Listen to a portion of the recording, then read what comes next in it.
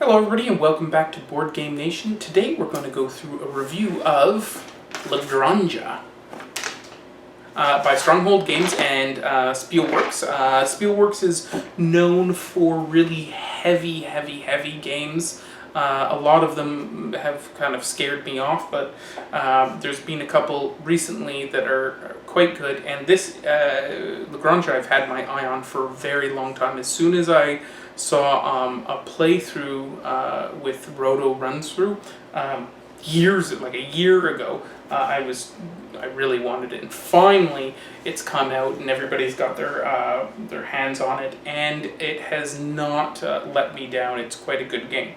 The main mechanism is a card play where each card you can do 4 different things. There's a special action that has text. You can make it into a field. There's 3 different field types like wheat and grapes and olives. Or you could make it into a farm extension, which gives you more cards, it gives you some income, and it gives you some pig stalls. Or you can actually make it into a market barrel, which you can send off to the market and collect victory points and trade goods, which are very important. There's a lot of things going on in this game, but it's extremely easy to figure out. I tend to, after I learned the rules and got them down, teaching this game is quite smooth and fluid. Everything makes sense in this game. Everything has a purpose, and it drives. This is a very thematic Euro game. In my opinion, it completely matches what you're doing. I think it's a much better game than Agricola or Caverna. It's a lot to say. I like this game because you're kind of really an economic engine. The designers, which are, I'm going to mangle this one, Andrews Olondoya and Michael Keller, maybe not. They both have stated that the main mechanisms come from 2 well-known designers, Uwe Rosenberg, the guy that did Agricola and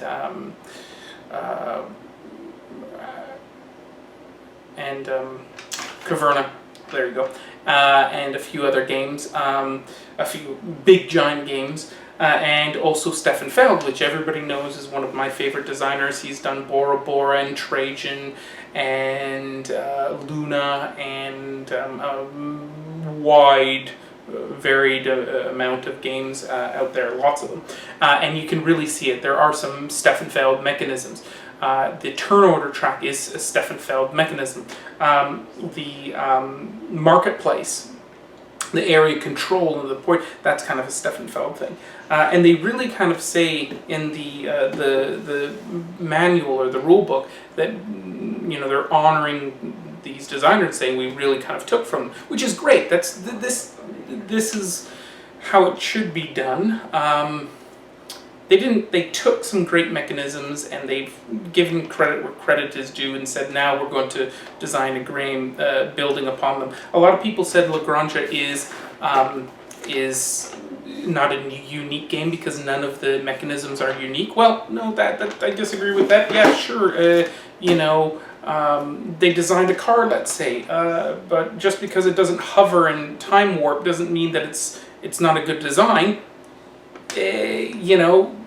Car designers make cars that look like cars. They've got 4 wheels and move around. Same thing with board designers. They've taken some really great mechanisms, polished them up, made them work better, put them all together, and boom, you've got a great, amazing game that has great theme.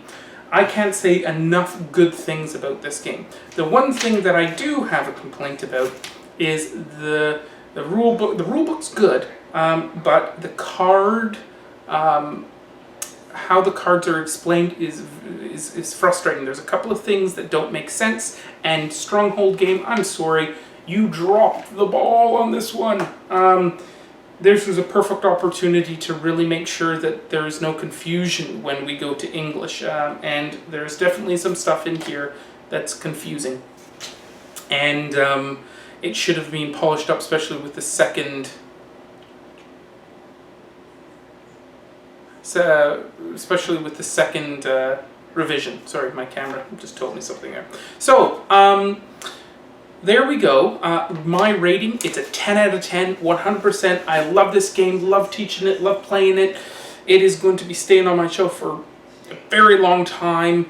Probably my favorite game of 2000. Sorry about that, everybody. My camera just died on me. So what I was saying is it's a 10 out of 10 for me. It's a great Euro game with great theme that works well with mechanisms that work and are understandable and make sense. Everybody that I play with and teach this, they go, oh yeah, that makes sense. Yeah, oh yeah. You know, starting player, the thing that's on top goes first, get it, you know.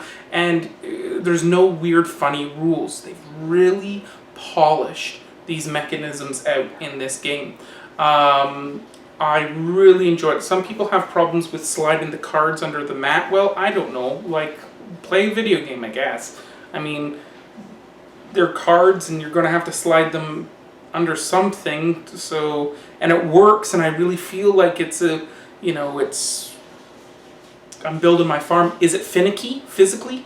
Yeah, okay, fine, but it's still a great game. Still really enjoy it.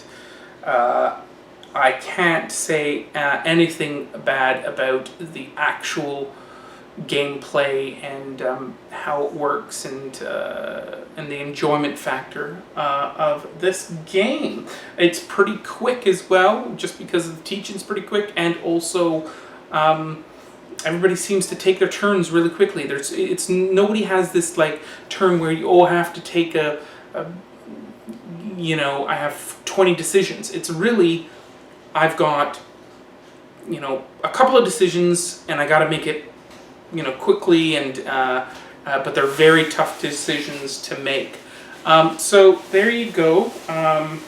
That's my review. Thank you very much, and stay tuned for some other Board Game Nation reviews and playthroughs and how to play us. So we will see you next time. Have a good night.